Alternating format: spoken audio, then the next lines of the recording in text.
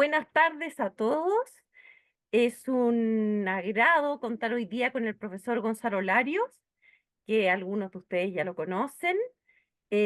Gonzalo es profesor titular de la Universidad San Sebastián. Él es doctor en Historia Contemporánea por la Universidad de Navarra y ha escrito múltiples artículos y un libro muy interesante. Cristianismo, se me olvidó el nombre, Gonzalo. Historia, Cristianismo. arte y cristianismo. Eso, historia, arte y cristianismo. Es entretenidísimo. Así que lo recomiendo mucho a todos los que lo quieran leer. Hoy día la clase de Gonzalo tiene que ver con la figura de Juan Pablo II. Es ya la última de este ciclo de personas que hemos revisado y de las que hemos sacado algunas enseñanzas muy valiosas. La clase pasada fue Václav Havel y ahora entonces es Juan Pablo II. Gonzalo, toda suya la clase. De acuerdo. ¿Tú, tú me conectas con, es decir, pantalla grande o no hace falta? ¿Me Porque están ahí, viendo ellos? exacto, todo y la grabación se graba contigo en pantalla grande. Y ellos lo Perfecto. ven como ellos prefieran, si con más personas o contigo en grande. De acuerdo. Bien, gracias Valeria por la invitación. Y la verdad es que hablar de Juan Pablo II es siempre un agrado. Estamos frente a una de las figuras, yo diría, más señeras del siglo XX y una figura particularmente relevante no solo en el ámbito espiritual, sino yo diría también en el ámbito social, histórico, porque va a ser él no solo testigo del siglo XX, sino yo diría también protagonista, y sufrió ese siglo XX en carne propia, y su vida la verdad es que es también un tremendo testimonio. Yo quisiera comenzar señalando de que frente a Juan Pablo II, el hecho de que es un polaco no es un hecho, por así decirlo, sin importancia. Su lugar de origen marca también, yo diría, no solo su infancia, sino también su trayectoria y lo acompaña durante toda su vida. El último libro que escribió Juan Pablo II lleva el título Memoria e Identidad y precisamente hace referencia a los conceptos de nación, a los conceptos de cultura, al concepto de historia. Conceptos, yo diría, muy postergados en las últimas, es decir, en la segunda mitad del siglo XX. Y eso hace que, eh, yo diría, Juan Pablo II nos recuerde de algún modo también la importancia que tienen esos conceptos dentro de la cultura. La nación como una gran, dice, comunidad de los hombres que están unidos por diferentes vínculos, en especial por la cultura. Cada nación, aunque pequeña, tiene una función histórica y providencial. La nación viene antes que el Estado. La nación polaca es una nación muy particular porque es una nación, yo diría, de raíz eslava, pero al mismo tiempo de raíz católica, frente a un entorno precisamente no católico, lo cual la hace también una nación muy particular. Fíjense que Juan Pablo II nace, Karol Wojtyła, el año 1920, el año en que prácticamente, a ver, Polonia llevaba 2 años de vida independiente tras el fin de la Gran Guerra, de la Primera Guerra Mundial. Y durante 1920 el Ejército Rojo, cuando todavía en Rusia se llevaba a cabo una guerra civil, decide, conforme también a los lineamientos ideológicos de Lenin, avanzar sobre Alemania precisamente para provocar la revolución europea que pretendía Lenin.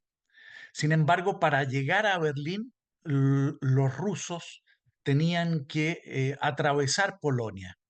Y es en Polonia, ese año 1920, cuando se desarrolla la batalla de Varsovia, uno de los acontecimientos, yo diría, también más olvidados del siglo XX, porque posteriormente Polonia va a sufrir la Segunda Guerra Mundial y va a sufrir también décadas de ocupación, por así decirlo, soviética. Y esa batalla en la cual los polacos derrotan precisamente al ejército rojo, permiten de que ese ejército rojo no avance sobre una debilitada Alemania y cambien, por así decirlo, el sentido también de la historia, como lo habían hecho también a partir del siglo XVI, también las tropas de la dinastía Yagelónica, en defensa también de la cristiandad ante el imperio turco. Por lo tanto, estamos frente a una Polonia católica y que esa identidad precisamente está en pleno fervor en los primeros años de vida de Juan Pablo II. Karol Wojtyła va a nacer en Wadowice, cerca de Cracovia, en el sur precisamente de Polonia. En ese sur vinculado, inicialmente Polonia fue un poco el jamón del sándwich, ocupada en parte por los alemanes, en parte por los rusos, en parte también por el imperio austrohúngaro, incluso por los suecos, el norte en algún momento. Wadowice va a ser un pequeño pueblo cerca de Cracovia, quizá una de las ciudades también más bonitas, más lindas, yo diría, de Europa, en donde está la fortaleza y catedral de Babel. Es el símbolo, yo diría, de la identidad polaca, así como podríamos señalar al Escorial como el símbolo del imperio hispánico. Babel es también el símbolo arquitectónico que supone al mismo tiempo una catedral, un cuartel y también una fortaleza frente o a orillas del río Vístula, que precisamente atraviesa todo el territorio polaco. Tuve la oportunidad de estar 2 veces invitado en Polonia y conocer esa realidad polaca de un pueblo que sufrió el siglo XX en carne propia. Obtuvo la independencia en 1918 y apenas 20 años después, eh, la invasión nazi supone el inicio de la Segunda Guerra Mundial y supone también eh, el inicio, podríamos decir, de una ocupación no solo alemana, sino paralelamente también soviética. El pacto Ribbentrop-Molotov había permitido también, de algún modo, una no hostilidad entre soviéticos y nazis, que se va a romper luego en 1941 con la Operación Barbarroja, el ataque nazi a Rusia, pero que en esta ocasión supone en cierta medida una partición de Polonia, en donde los soviéticos avanzan por el este, mientras por el oeste lo van a hacer los nazis. En otras palabras, le duró 19 o 18 años esa independencia a Polonia y vamos a ver que eso es una experiencia también verdaderamente traumática para los propios polacos.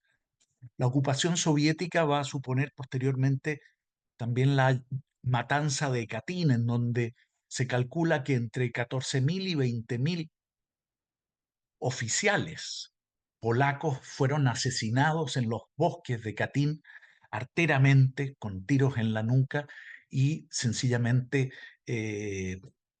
enterrados, fondeados en los bosques de Katyn hasta que caído el muro, precisamente esas tumbas van a ser precisamente reconocidas y esa matanza en la cual los soviéticos culparon inicialmente a los nazis muestra también el horror que vivió Polonia en el siglo XX. Ese horror lo va a vivir Juan Pablo II en su infancia, en su juventud. eh, Va a ser testigo del levantamiento de Varsovia, por ejemplo, en 1944, cuando el pueblo polaco, viendo ya la debilidad de los nazis, decide ellos mismos liberar su propia nación y no esperar que lo hicieran los soviéticos. Sin embargo, el cálculo fue verdaderamente suicida, los nazis no estaban del todo debilitados y supone una verdadera carnicería de polacos que se habían levantado precisamente frente a la ocupación nazi, mientras los soviéticos esperaban al otro lado del Vístula, esperando que se mataran entre ellos para luego precisamente ingresar a territorio polaco. Varsovia fue quizá una de las ciudades más destruidas de la Segunda Guerra Mundial después de Berlín. Estoy contando episodios que precisamente marcan el inicio de la vida de Karol Wojtyła, hijo de un soldado jubilado del ejército austrohúngaro. Su madre murió cuando él tenía apenas 9 años, destacado estudiante, destacado deportista y actor aficionado también desde su juventud. En 1938 ingresó a la Universidad Jagellónica a estudiar filología. ¿Quién puede estudiar filología? ¿Saben lo que es la filología? El estudio precisamente de las lenguas. Y busca el estudio de la lengua precisamente como un medio de transmitir la cultura polaca.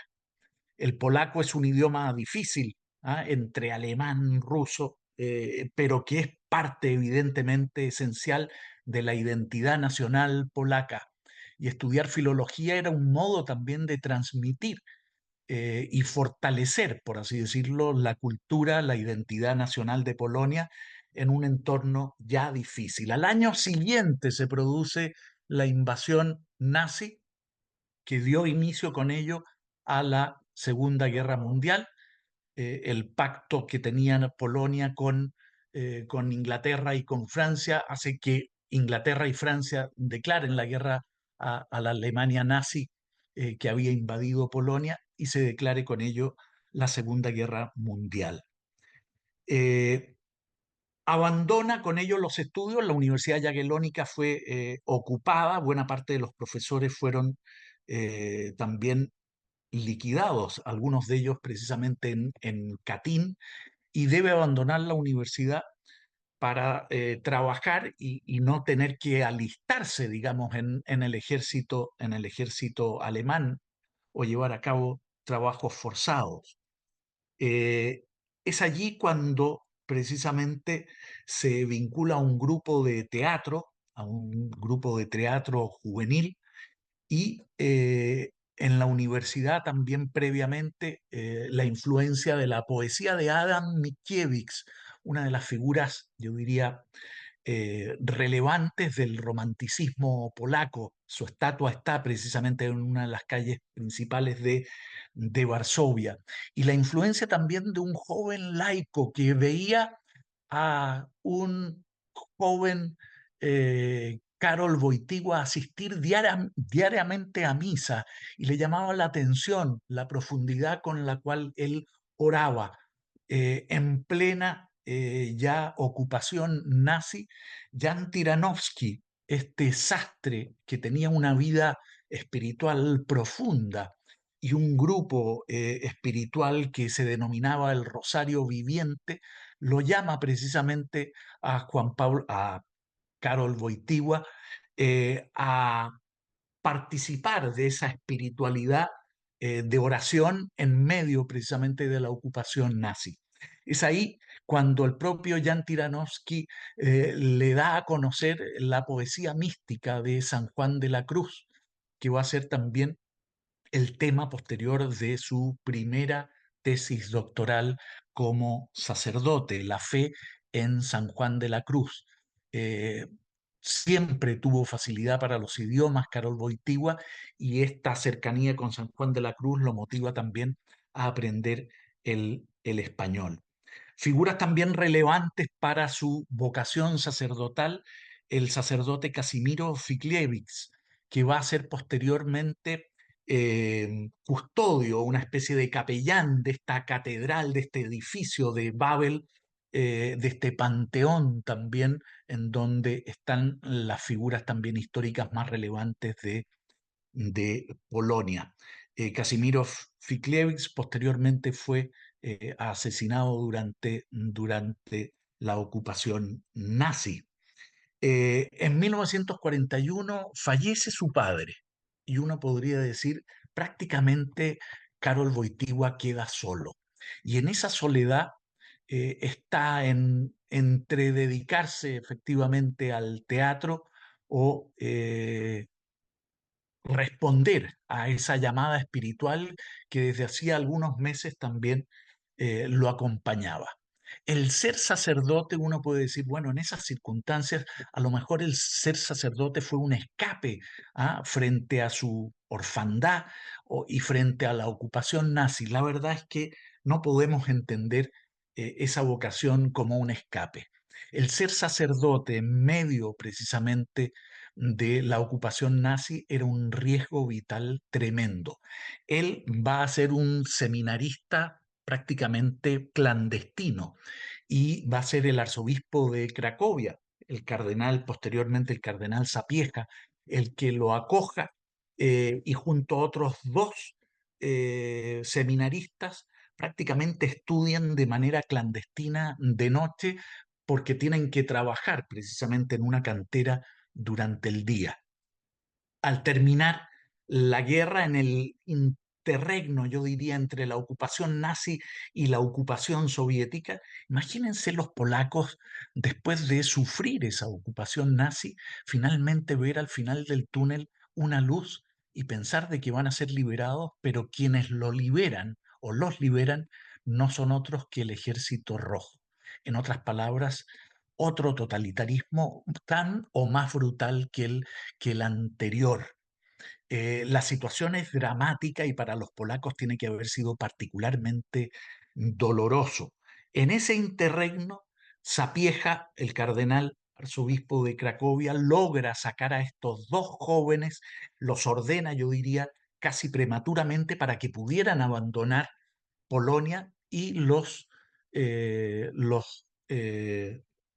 envía a Roma precisamente a continuar sus estudios.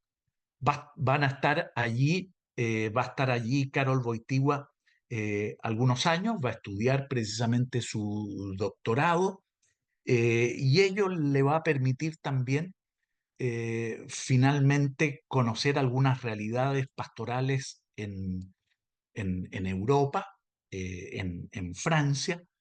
Eh, Tiene algunas curiosidades, como por ejemplo un viaje a San Giovanni Rotondo, en donde estaba precisamente el Padre Pío. Y el Padre Pío confiesa a Juan Pablo II y dicen que en la confesión le señaló de que él iba a ser papa. En 1947 es decir, la tesis doctoral de Karol Wojtyła fue sobre San Juan de la Cruz y nada menos que dirigida por el dominico Garrigou Lagrange, uno de los maestros indiscutibles, yo diría, de la neoescolástica. Sin embargo, su título va a quedar pendiente porque para obtener finalmente el título había que publicar la tesis y en ese momento Karol Wojtyła no tiene los recursos suficientes para publicar su tesis. Finalmente lo va a hacer. Vuelve a Polonia, una Polonia ocupada por los soviéticos, en donde Wyszynski es el cardenal primado de Polonia y va a dar un testimonio extraordinario de defensa precisamente de la cultura polaca y de la libertad polaca ante la ocupación soviética. Esa defensa lo va a llevar incluso a que siendo el primado de Polonia, para que veamos el grado de represión, en este caso comunista en Polonia, tuvieron al cardenal primado durante 3 años prisionero en plena Guerra Fría entre 1953 y 1956. A partir de 1949 va a ser de párroco en una parroquia en Cracovia, una muy bonita parroquia que tuve la oportunidad de conocer, San Florián, y se va a dedicar fundamentalmente a una actividad pastoral con matrimonios jóvenes, con juventud, haciendo valer sobre todo el sentido de identidad polaca, no metiéndose demasiado en política, sino más bien fortaleciendo la libertad espiritual interior de cada uno y colocando el énfasis en la identidad polaca, sabiendo él que esa identidad polaca era una identidad también cristiana.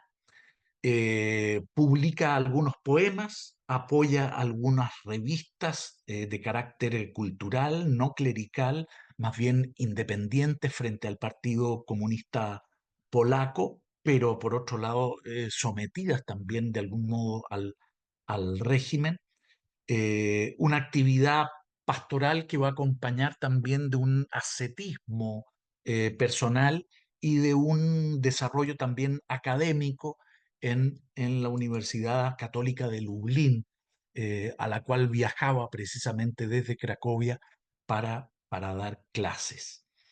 Eh, en 1954 obtiene su segundo doctorado en la Universidad Jagellónica, eh, comienza precisamente, y en 1958, con apenas cuarenta y tantos años, Wojtyła va a ser, eh, perdón, con 38 años, va a ser nombrado obispo auxiliar de Cracovia por Pío XII.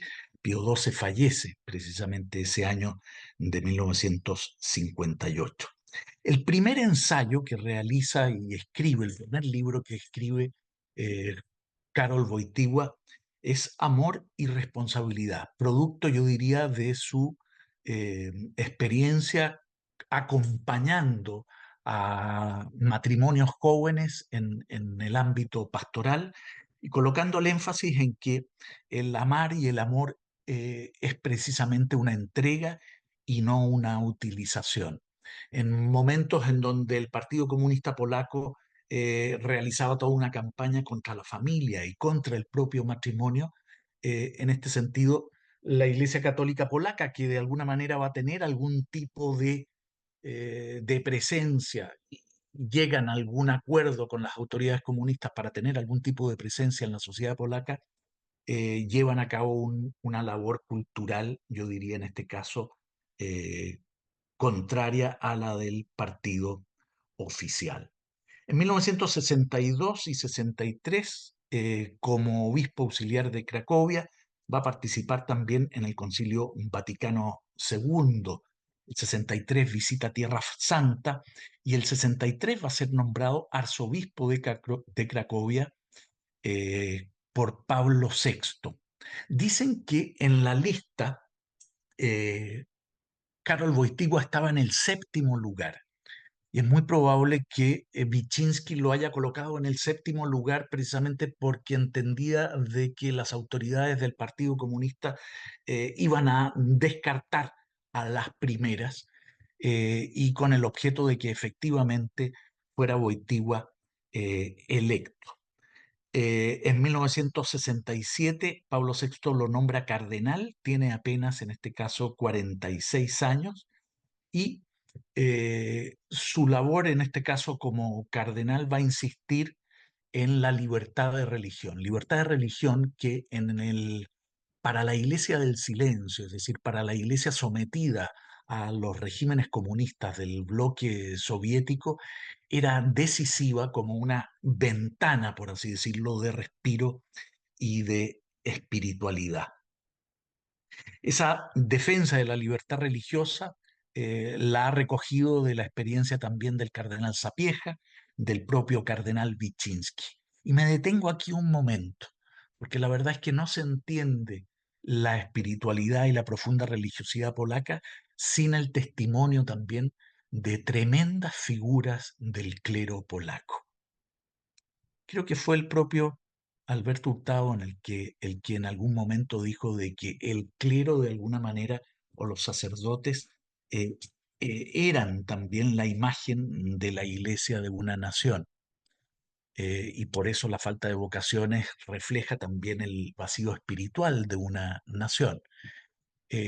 el despertar religioso polaco, el mantener la fe en medio de los dos totalitarismos más brutales del siglo XX, son un testimonio extraordinario, dirigido precisamente por figuras que con su ejemplo dieron ese testimonio. Y me refiero al cardenal Sapieha, al cardenal Wyszynski y posteriormente, sin duda, a Juan Pablo II. En 1969 viaja como cardenal, puede salir de Polonia y viaja a los Estados Unidos y a Canadá, viaja también a Roma, mantiene una profunda actividad pastoral y al mismo tiempo una actividad académica e intelectual. En 1976, Wojtyła va a ser llamado a Roma para oficiar el retiro anual del Papa. Es el año, estamos a 2 años antes de la muerte de Pablo VI y por lo tanto pasa a ser un sacerdote conocido, es decir, un cardenal ya respetado y conocido dentro de la curia. Ese mismo año 76 va a estar un mes y medio en los Estados Unidos. Y llamó mucho la atención cuando un periodista norteamericano entrevista a este arzobispo de Cracovia, que realiza una visita larga, una estadía de un mes y medio en los Estados Unidos, y le pregunta con mucha seguridad a- al cardenal Wojtyła que qué opinaba de la juventud norteamericana, 1976, post-Vietnam, podríamos decir.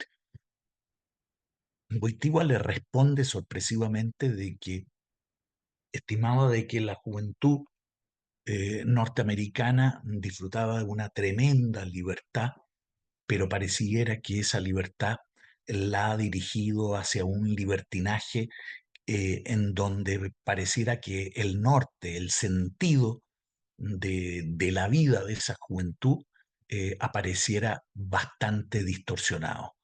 La respuesta sorprendió al periodista y el periodista, como un poco picado, que viene este polaco, digamos, a criticar la libertad norteamericana, por así decirlo, le pregunta de vuelta, bueno, ¿y cómo andamos por Bosnia? En otras palabras, ¿cómo andamos por Polonia? Y él dice que la juventud polaca, en definitiva, no tiene la libertad y ya quisiera tener la libertad que tiene la juventud norteamericana. Sin embargo, estima que esa juventud polaca, en cambio, pareciera tener un norte de vida bastante más sensato y, por así decirlo, de un mayor carácter incluso espiritual. La verdad es que es interesante esa mirada 2 años antes de que asumiera precisamente como pontífice. Estamos en medio de la llamada Ostpolitik, ¿ah? Una política de la Santa Sede a partir de los años 70, en donde eh, la Santa Sede estima de que es probable que la Guerra Fría la gane el bloque comunista, por lo tanto no hay que asustar al oso ruso, hay más o menos que hay que arreglárselas con el bloque comunista sin molestar a las autoridades soviéticas. En el intertanto, el cardenal de Cracovia está favoreciendo de manera clandestina la ordenación de sacerdotes checos en la propia Polonia, favoreciendo y fortaleciendo, por así decirlo, la religiosidad en el bloque del este. Esa Ostpolitik, cuya figura principal va a ser el cardenal Casaroli, en definitiva, no la compartía el cardenal Wojtyła y cuando llegó precisamente a la Santa Sede le encargó al propio Casaroli que la desmontara, que la deshiciera y que la política ante el bloque comunista que él conocía tan de cerca porque la había vivido en carne propia era otra, era hacerle frente de frente demostrando precisamente el vacío espiritual, valórico, incluso económico en donde la naturaleza humana era desconocida por un régimen, por así decirlo, totalitario. Eh, Juan Pablo II, el año de los tres papas, va a ser electo precisamente pontífice ante la sorpresa de todos. Recuerdo cuando el año 78 sale un obispo a señalar a Habemus Papam al balcón, creo que era una mañana de domingo o de sábado, de fin de semana, en mañana para acá en Chile, y señala el nombre Karol Wojtyła. Y la verdad es que nos miramos y dijimos, ¿de dónde, Karol Wojtyła, de dónde será? Porque teníamos todos en el chip de que tenía que ser un italiano. Durante los últimos 400 años todos los papas habían sido italianos. Y pensamos, en primer momento algunos pensaron, ¿será africano? Karol Wojtyła, ¿de dónde será esto? Finalmente un papa polaco. Y las primeras palabras de Juan Pablo II desde el balcón frente a la plaza de San Pedro son: no tengáis miedo. Ese no tengáis miedo probablemente era hacia todos los católicos, quizá que estaban sufriendo la opresión comunista en el bloque del Este y que él precisamente conocía en primera persona. Y yo me atrevería a decir también hacia muchos católicos que, acomplejados, tampoco se reconocían católicos o afirmaban precisamente su fe católica en un entorno, me atrevería a decir, más bien post-Vietnam, post-años 60, en donde del carrete sesentero se pasó a una resaca particularmente, yo diría, decadente. Juan Pablo II va a recibir una iglesia, me atrevería a decir, trizada, una iglesia eh, compleja, una iglesia con una crisis posconciliar intensa y extensa. Y digo abiertamente crisis posconciliar porque algunos historiadores de la iglesia se la saltan como si no existiera, una crisis posconciliar que afectó eh, a la iglesia desde dentro y desde fuera, es decir, eh, doctrinalmente y al mismo tiempo humanamente. Por un lado, una crisis sacerdotal profunda, en donde va a haber un cuestionamiento sobre la labor del sacerdote en torno a la mentalidad de los años 60 y 70, y en donde bajan, prácticamente desaparecen las vocaciones. En Chile, por ejemplo, el cardenal Silva Enrique va a señalar en 1970 que tristemente baten un récord, 0 vocaciones sacerdotales. Eh, pero no es solo falta de vocaciones, es también abandono del ministerio sacerdotal. Y destacadas órdenes religiosas van a verse disminuidas por esta especie de abandono masivo, producto de un cuestionamiento precisamente de la fe y de la religiosidad. Va a haber también una división y confusión en torno a la liturgia, al dogma, a la moral, a la disciplina. Y si algunos pensaron que a través del Concilio Vaticano II se llegaba a una nueva primavera, la verdad es que, como señalan importantes y destacadas figuras de la curia y de la propia Santa Sede, la verdad es que se entra tras el Concilio Vaticano II a un duro invierno eclesial que supone, como digo, no solo esta crisis sacerdotal, de abandono también de sacerdotes, sino una crisis de identidad, de formación, en donde la teología y la filosofía parecieran reemplazadas por una sociología del momento, y en donde las universidades católicas giran hacia lo secular,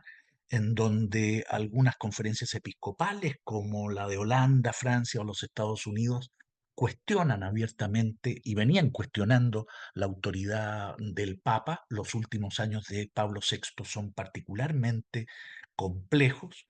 Un Papa ensimismado, algo ausente, al parecer sobrepasado por la multitud de problemas. Frente a esa crisis, uno diría, bueno, vaya, vaya iglesia que recibe Juan Pablo II. Vamos a ver que Juan Pablo II, me atrevería a decir, eh, responde a esa crisis con tremenda audacia, sin esquivar los problemas, con tremenda, yo diría, sentido de tradición y también de innovación. Por un lado, favorece un nuevo catecismo, que no quiere decir una nueva doctrina, sino que se puede decir de mejor manera la doctrina de siempre, entendiendo de que la función principal de la Iglesia es precisamente ser custodios de la fe. Señalar también los modelos humanos. El testimonio es siempre relevante para la vida espiritual de cualquiera. Y cualquiera de nosotros debe haber tenido también figuras providenciales en nuestra vida que marcan precisamente nuestra eh, vinculación muchas veces espiritual o religiosa. Y por lo tanto, los santos pasan a ser modelos, ejemplos, y las beatificaciones y canonizaciones comienzan a proliferar eh, en distintas partes, buscando precisamente modelos de cristianos en pleno siglo XX. Favorece también una lectura del Concilio Vaticano II fundamentalmente espiritual. Y cuando a él le preguntan, bueno, ¿y cuál es su lectura de ese Concilio Vaticano II, progresista, conservadora? Dice, momento, concilio es una reunión eclesial y por lo tanto ese concilio tiene que ser leído bajo una perspectiva espiritual, sobrenatural, religiosa, no sobre por así decirlo, con un prisma político. No podemos llevar las categorías políticas precisamente a una reunión eclesial como fue la de la de un concilio. Frente a los laicos, anima sin duda una serie de movimientos de laicos que favorecen también la participación de los laicos dentro de la iglesia en momentos en que la acción católica se veía profundamente también infiltrada y manoseada por la ideología en los años 60 y 70. Eh, Eso no quería decir de que los católicos no se formaran, todo lo contrario. El católico debe participar en la vida pública con una formación responsable, que no deje de lado también esa mirada católica. Uno no puede ser, va a decirlo como lo diría después Benedicto XVI, católico del domingo de 11 a 12. Efectivamente, esa catolicidad debe acompañar las distintas dimensiones de la vida, si es que efectivamente esa catolicidad es esencial. Va a favorecer también la evangelización de sectores como la juventud y a través de las Jornadas Mundiales de la Juventud, que primeramente en momentos en que nadie juntaba a nadie, salvo algunos rockeros, digamos, que lograban juntar a cientos de miles de jóvenes. La verdad es que Juan Pablo II, con un tremendo carisma, va a reunir a millones de jóvenes en esas famosas Jornadas Mundiales de la Juventud que él da inicio. Famosa la de París, que con treinta y tantos grados de calor llevó a más de 1 millón de jóvenes precisamente a escuchar a Juan Pablo II. Nosotros fuimos testigos también de su visita a Chile y de ese tremendo carisma.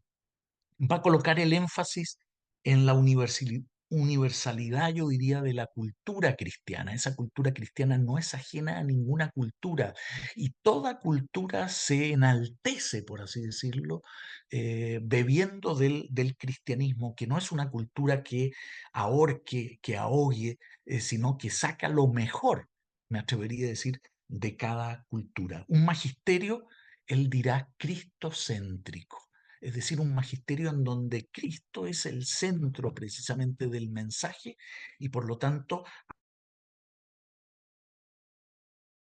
ajeno a ideologías o a otro tipo de pretensiones, por así decirlo, de manipulación del mensaje de Cristo. Un magisterio prolífico a través de casi 15 encíclicas, profundo, claro, me atrevería a decir directo, después de un par de décadas en donde el magisterio de la Iglesia, y uno leía algunas encíclicas y parecían más bien con un lenguaje sociológico que decía esto, pero no es menos cierto que esto otro.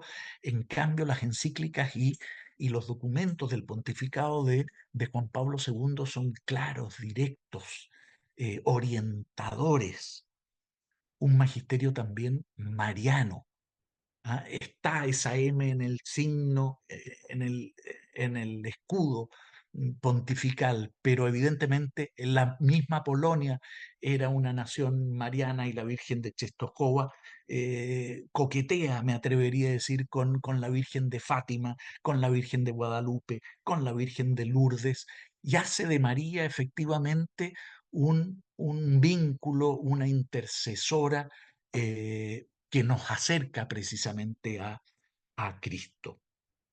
Eh, Ese magisterio va a estar acompañado también con colaboradores de la talla de Joseph Ratzinger como prefecto para la doctrina de la fe y encíclicas tan relevantes como la Redemptoris Hominis, en donde ya está señalando precisamente eh, el carácter cristocéntrico esencial de su magisterio, o encíclicas sociales como Laborem Exercens, que enaltece la dignidad del trabajo, o la Solicitudo Rei Socialis, o la famosa Centesimus Annus, a 100 años de la Rerum Novarum, y precisamente tras la caída del muro, en la cual él también va a ser protagonista. Las encíclicas antropológicas que favorecen una cultura de la vida y denuncian una cultura de la muerte, como la Veritatis Splendor o la Evangelium Vitae, y finalmente también la Fides et Ratio, que renueva, me atrevería a decir, eh, el legado filosófico y magisterial de Santo Tomás de Aquino, y en esa armonía de fe y razón tan esencial precisamente para la identidad y el magisterio católico. Su carácter de peregrino no podemos dejarlo de lado. Juan Pablo II innova. Antes los papas no salían de Roma y a lo más se pegaban algún viajecito por la península itálica, pero de ahí no salía. Pablo VI va a viajar a Tierra Santa y va a ir precisamente en algún momento también a una conferencia de la ONU y a Medellín, es decir, perdón, a Bogotá, porque para, para inaugurar lo de Medellín. Juan Pablo II inicia y va a realizar durante su pontificado más, yo diría, de 100 giras en sus 27 años, y cada una de esas giras comprendía 2 o 3 países. Viajes decisivos, decisivos no solo para la religión católica, decisivos yo diría para la historia de la humanidad. Sus viajes a Polonia en 1979, 83, 87, 91, 97 cambiaron precisamente el rumbo de la historia del siglo XX. Juan Pablo II no estaba de acuerdo con el Orden de Yalta, aquel que entregó media Europa, y no solo Europa oriental solamente, media Europa central al comunismo. Y al no estar de acuerdo precisamente con ese Orden de Yalta, va también a ser capaz de y tuve la oportunidad de conocer a los polacos y algunos me decían, mira, después de la primera visita del Papa, cuando se va, sentimos efectivamente que la libertad estaba a nuestro alcance. Esos días de visita nos sentimos libres. En un primer momento pensaron, las autoridades polacas, bueno, no se preocupen, va a llegar a Polonia y aquí lo vamos a dirigir y a manejar nosotros. Llega a Polonia el que había hasta hace poco sido arzobispo precisamente y cardenal de Cracovia, y, y es él el que marca el paso de su visita y los polacos lo siguen a todos lados. Él sabe que no se está dirigiendo a las 3 o 4 primeras filas que son las autoridades que han colocado el Partido Comunista. Sabe que tiene que dirigirse a las filas del medio y del fondo, que son las que precisamente lo han ido a escuchar. Sus viajes a Puebla, perdón, a México, en Puebla, por ejemplo, en 1979, es decisivo. Un episcopado latinoamericano que estaba dando tumbos, producto de la teología de la liberación y producto también de una infiltración marxista en los seminarios, en las universidades y en las propias conferencias episcopales. Juan Pablo II con particular firmeza les señala, ustedes son en Puebla, ustedes son una reunión de obispos y cardenales, de pastores, no de políticos, sociólogos ni economistas. No se les olvide cuál es su tarea: evangelizar. Y por lo tanto, esa penetración del mensaje marxista dentro de la teología cristiana va a ser de alguna manera detenida y contrarrestada desde el propio CELAM por Juan Pablo II, a través de López Trujillo y del propio Ratzinger con las instrucciones sobre la doctrina de la fe.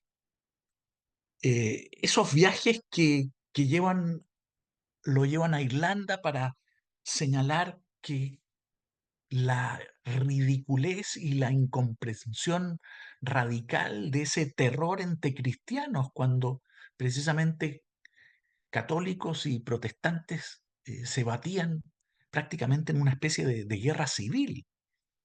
O viaja a Nicaragua y en donde precisamente Ortega, sí, el mismo Ortega, en 1983 gobernaba Nicaragua, el mismo dictador que supuestamente ¿ah?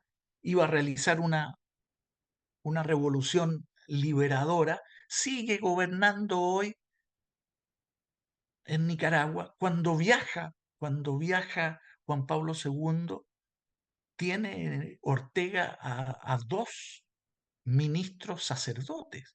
Y él había advertido de que no podían los sacerdotes ocupar cargos políticos, ni ser ministros, ni ser diputados, ni ser candidatos políticos a esto o a lo otro.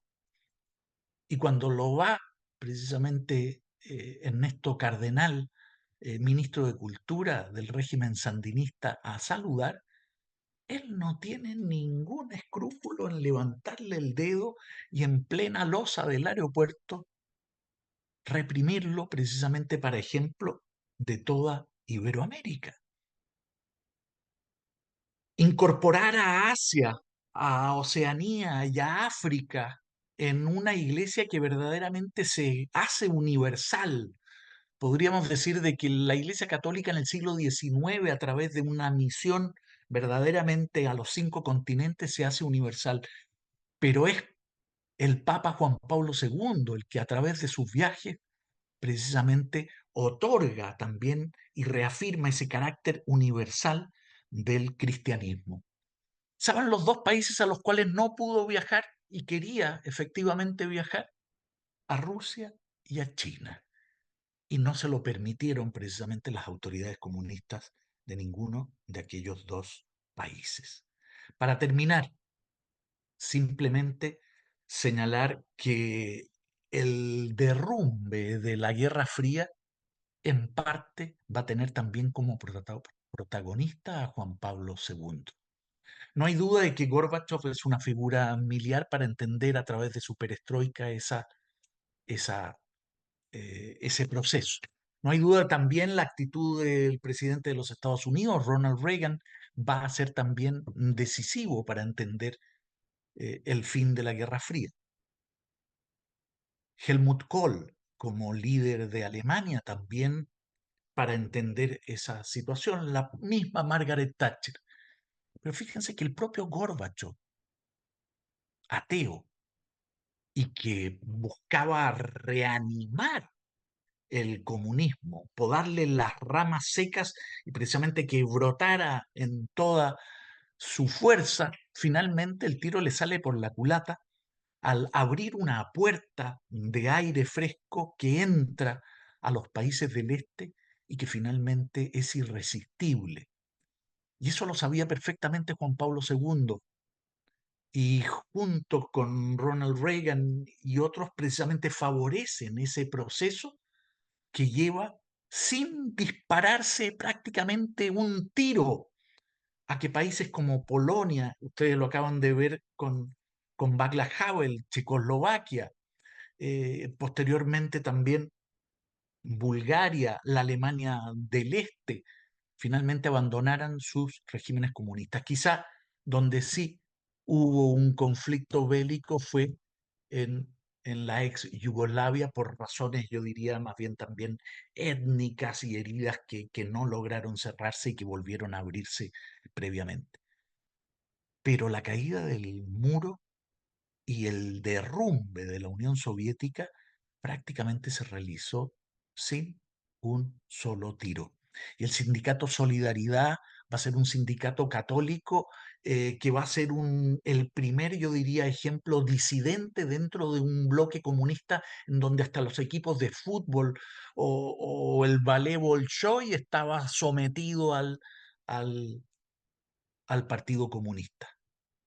Y cuando surge un sindicato dirigido por un electricista, Lech Wałęsa, en Dansk, de carácter católico, termina por desestabilizar finalmente un régimen, eh, yo diría a todas luces totalitario, y que bastó que se abriera una ventana para que efectivamente se derrumbara por completo.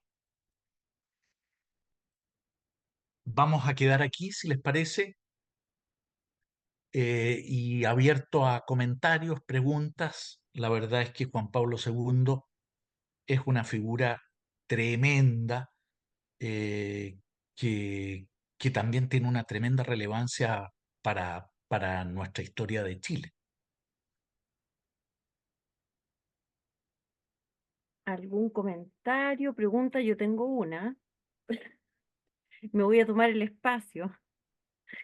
Gonzalo, si hubiese que nombrar, estas son preguntas un poco tontas, pero bueno, dos o tres virtudes que haya tenido Juan Pablo II y que hayan permitido, él como persona, por supuesto, y que hayan permitido este gobierno que él hizo de la Iglesia Católica, esta manera de influir además en el mundo, no solo en la Iglesia hacia adentro, sino que también hacia afuera. A ver, yo diría que la fe es una virtud teologal y es la que afirma sin duda todo su actuar. Esa acción está sostenida precisamente producto de una vida espiritual profunda que él señalaba incluso en sus viajes. Sorprendía en sus viajes que de repente él rompiera el protocolo y lo establecido para arrodillarse frente a una imagen o en una capilla y pedir el silencio absoluto para orar y precisamente encontrarse, precisamente reencontrarse, alimentarse, reanimarse en un diálogo íntimo con Dios. Eh, por otro lado, a ver, sigamos con las virtudes teologales, pero me estás haciendo la caridad es parte esencial de ese magisterio, en donde el pobre no es despreciado, como piensan algunos, por un magisterio exclusivamente, por así decirlo, de carácter espiritual. Vamos a ver esa labor cercana, ecuménica, de incorporar también a los distintos sectores de la sociedad. Vamos a ver cómo por ejemplo, en Centésimos Annus hace ver también que que tras la caída del muro no quiere decir de que un capitalismo salvaje sea la única solución, sino que precisamente hay que aprender a reconocernos y en la palabra solidaridad va a tener también un, un sentido decisivo dentro de la doctrina social de la Iglesia. Esa solidaridad quiere decir ponerse en el lugar del otro, esa caritas que es efectivamente el amor, que es lo que distingue al cristiano de los demás. Y finalmente, siguiendo las tres es decir, virtudes teologales, eh, la esperanza. Esa esperanza que no pierde en materia, yo diría, terrenal, Juan Pablo II, dando vuelta a la historia de la humanidad. Si nos hubiesen preguntado a profesores, académicos, no solo en Chile, en Estados Unidos, en Alemania, eh, o en cualquier parte del mundo, ¿cuándo iba a caer el muro en 1986? Nadie hubiese, por así decirlo, se hubiese atrevido a decir de que en 1989 ese muro se iba a desplomar. Eh, pero la esperanza no es una esperanza terrena exclusivamente Mm. para Juan Pablo II. El cielo no está en esta tierra, sino que precisamente se gana aquí y bajo esa perspectiva su dimensión espiritual, sobrenatural, basada en la oración, en un magisterio cristocéntrico, marca, por así decirlo, toda su vida y sostiene esa acción social. La acción social sin un fundamento espiritual y religioso, sin un orden o norte cristocéntrico, sencillamente puede convertirse finalmente en cualquier cosa. No sé si te contesté o no. Estoy Sí, seguro que pueden haber muchas otras virtudes. seguro. ¿Mm? Seguro que sí, pero sí, me contestó. Gracias. Erika, tienes la mano levantada. Sí, hola, buenas noches. Me gustaría saber, profesor, con el Papa actual, Papa Francisco, ¿cuáles son las diferencias significativas que usted ve respecto a la pastoral? ¿Cuál ha sido el enfoque del Papa actual y por qué se ha distanciado tanto de lo que fue Juan Pablo II y Benedicto XVI? Eso. Mira, a ver, difícil pregunta porque a ver, yo soy historiador primero y como historiador estudiamos los acontecimientos del pasado.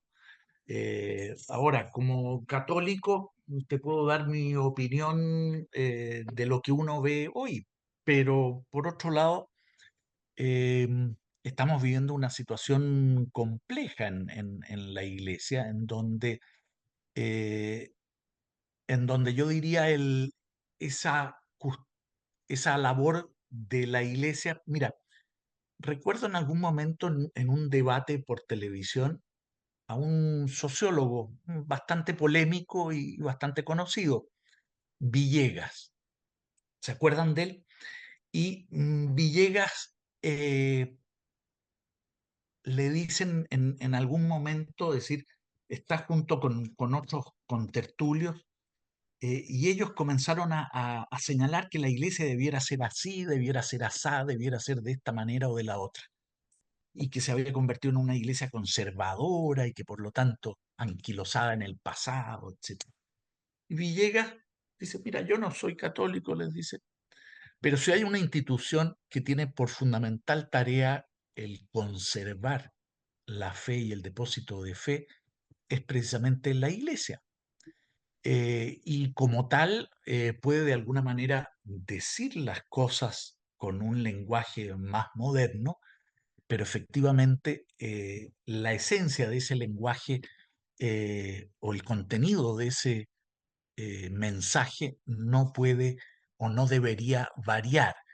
Y por lo tanto, pretender desde fuera que la iglesia sea otra cosa es algo muy complejo. Es como si un hincha de la U dijera, mira, Ca- Colo-Colo tiene que salir a la cancha con estos 11 jugadores el próximo domingo. Pero bueno, ¿qué vienes a opinar tú que eres finalmente de otro equipo? Es decir, quisieran ver a la iglesia en el fondo con una visión quizá distinta de la que, eh, a ver, que ni siquiera la ven como propia, sino la que a ellos les gustaría desde fuera, ni siquiera desde dentro. Y yo creo que ese es un debate hoy muy, muy actual y y que lleva a ver también con preocupación, me atrevería a decir, con inquietud, el magisterio de la Iglesia, cuando efectivamente uno ve que ese depósito de fe pareciera distorsionarse, cuando en ocasiones pareciera que lo que siempre ha dicho la Iglesia ahora ya no es, yo diría que puede generar en ocasiones más confusión que certezas. Cristo no pidió efectivamente que, que la iglesia fuera mayoritaria, no pidió tampoco que fuese de alguna manera la única, pero eh, como lo ha señalado también Benedicto XVI, prefecto para la doctrina de la fe de Juan Pablo II, como Joseph Ratzinger, la iglesia que se nos viene puede ser una iglesia probablemente más pequeña, eh, pero más fiel, más ferviente. Hoy estamos un poco obsesionados por el querer ser mayoría, por el querer ser lo que ya no somos. Hoy estamos más bien en una iglesia postcristiana, en donde el cristianismo es una corriente no mayoritaria, incluso en países de tradición católica. Y, y por lo tanto, no quisiera hacer tampoco juicios más allá de lo que me corresponde. Ya, gracias. De nada.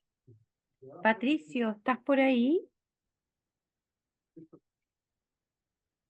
Patricio Mancilla tenía la mano levantada, pero parece que se desapareció por un rato. Por mientras, profesor, acá hay unos mensajes en el chat que yo creo que están relacionados. Héctor pregunta que aparte de las obras y de las buenas obras y las virtudes de Juan Pablo II, si habrá habido algún error o más bien una falta de atención en algo, y me da la impresión de que se relaciona con lo que pregunta Hugo, que dice cómo se podría calificar la actuación del Papa respecto de los casos de pedofilia en la Iglesia.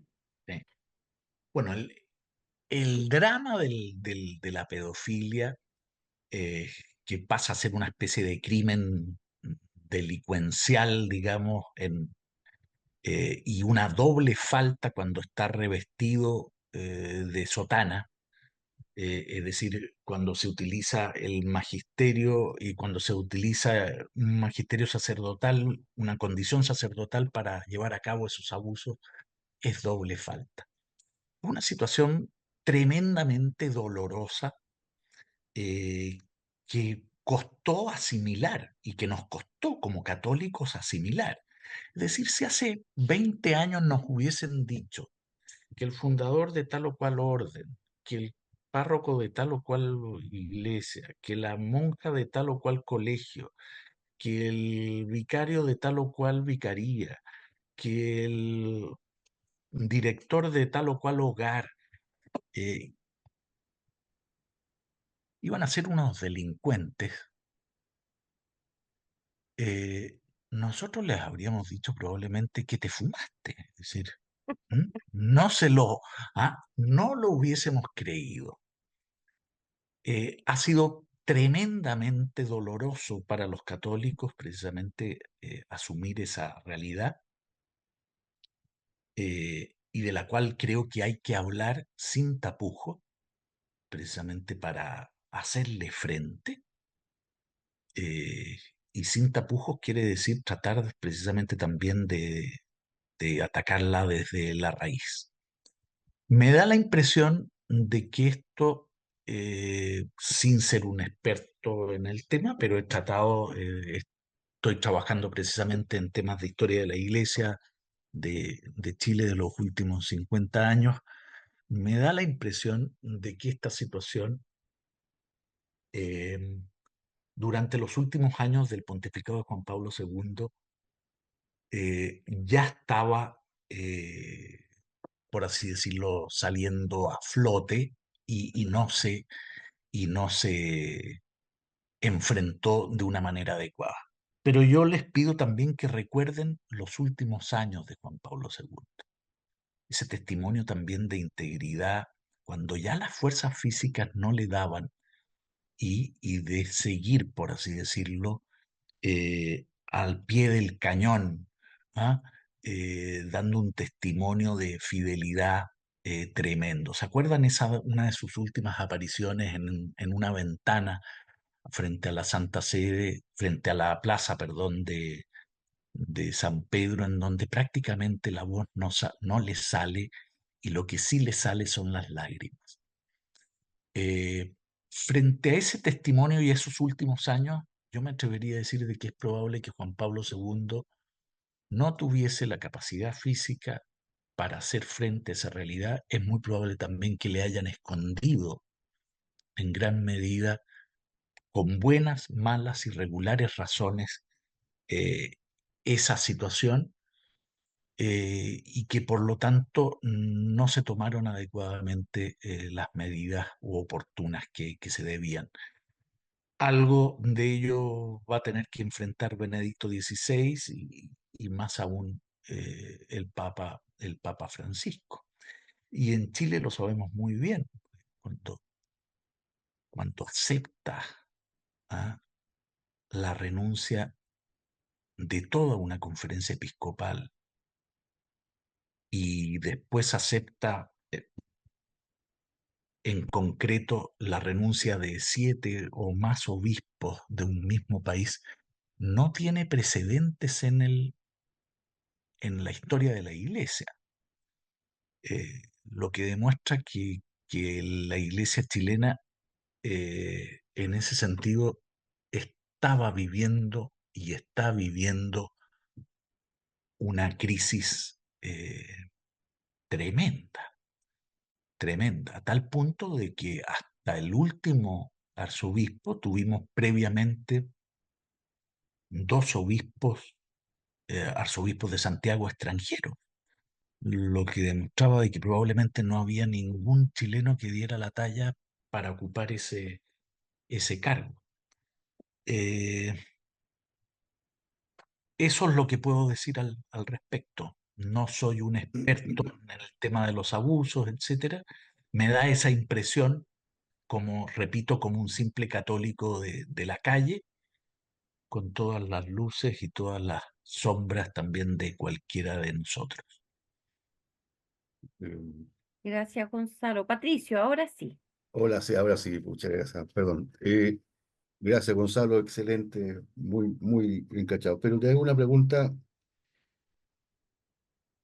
¿cuál de sus encíclicas o qué, o qué acción de Juan Pablo II nos serviría en estos momentos como argumento o como base para tratar de ayudar de que la iglesia vuelva a ser luz y no parte del mundo, digamos, que es el gran problema que existe.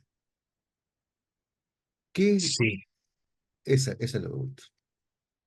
A ver, y yo no te daría, a ver, quizá la Evangelium Vitae sea una encíclica y un documento que precisamente el que nos habla de la cultura de la vida y la cultura de la muerte, en momentos en donde en Occidente se pretende ya considerar el aborto como un derecho, es tremendamente, yo diría, dramático y que creo que más temprano que tarde va a terminar cobrando la cuenta al propio Occidente. Así como yo señalaba de que dejó un mensaje para Hispanoamérica, dejó un mensaje también particular para México, para Polonia, etcétera, también lo deja para Europa y señala precisamente el dolor con que ve cómo Europa está de alguna manera olvidando sus raíces católicas, sus raíces cristianas y traicionando, por así decirlo, su propia historia. Yo por eso partí señalando el carácter polaco del Papa, porque no es algo accesorio, es algo esencial.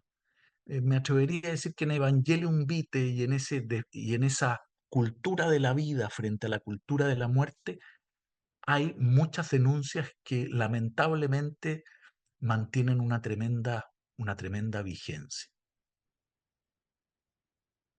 Excelente, muchas gracias, Gonzalo.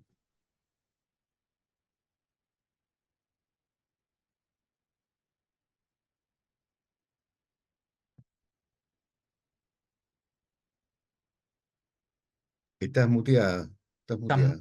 Sí, no se escucha. Valeria. Perdón, siempre me pasa lo mismo. Gracias. Bueno, muchas gracias a todos. Aquí yo en el chat no tengo más comentarios, muchos agradecimientos sí que hay. Y espero que hayan disfrutado y sacado mucho provecho de esta clase y de todas las anteriores de este ciclo.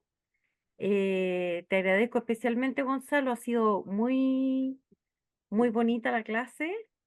eh, Me da nervio de repente cuando pienso en los papas, porque el Papa Juan Pablo II, uno piensa en mi papa, porque yo crecí con él. Y como fue un pontificado largo, entonces yo siento que todos los demás van a tener que pasar mucho tiempo más para que yo pueda equilibrar a los demás con Juan Pablo II. Así que ha sido muy bonito para mí también personalmente escuchar esta clase. Em, Valeria, te interrumpo un segundo, ¿puedo sí, recomendar un par de libros o no? genial, sí, ¿Mm? Mira, respecto a Juan Pablo II hay dos muy buenas biografías. Una de George Weigel, que se llama Juan Pablo II eh, y el profeta de la esperanza, me parece, de Plaza y Janés. Es una biografía extensa, amplia, contundente. La otra también de Andrea Ricciardi, eh, Juan Pablo II, la biografía de Ediciones San Pablo. Él es el fundador del movimiento de la comunidad de San Egidio y es una también muy interesante biografía de Juan Pablo II. Y perdona que haga una recomendación ya más personal respecto a la historia de Chile reciente.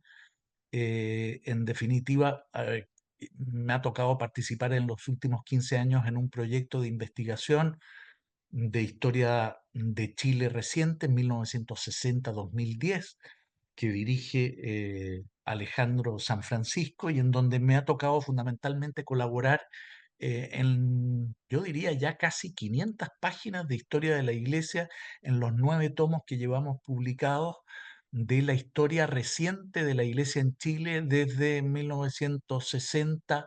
Estamos ya trabajando los años 80.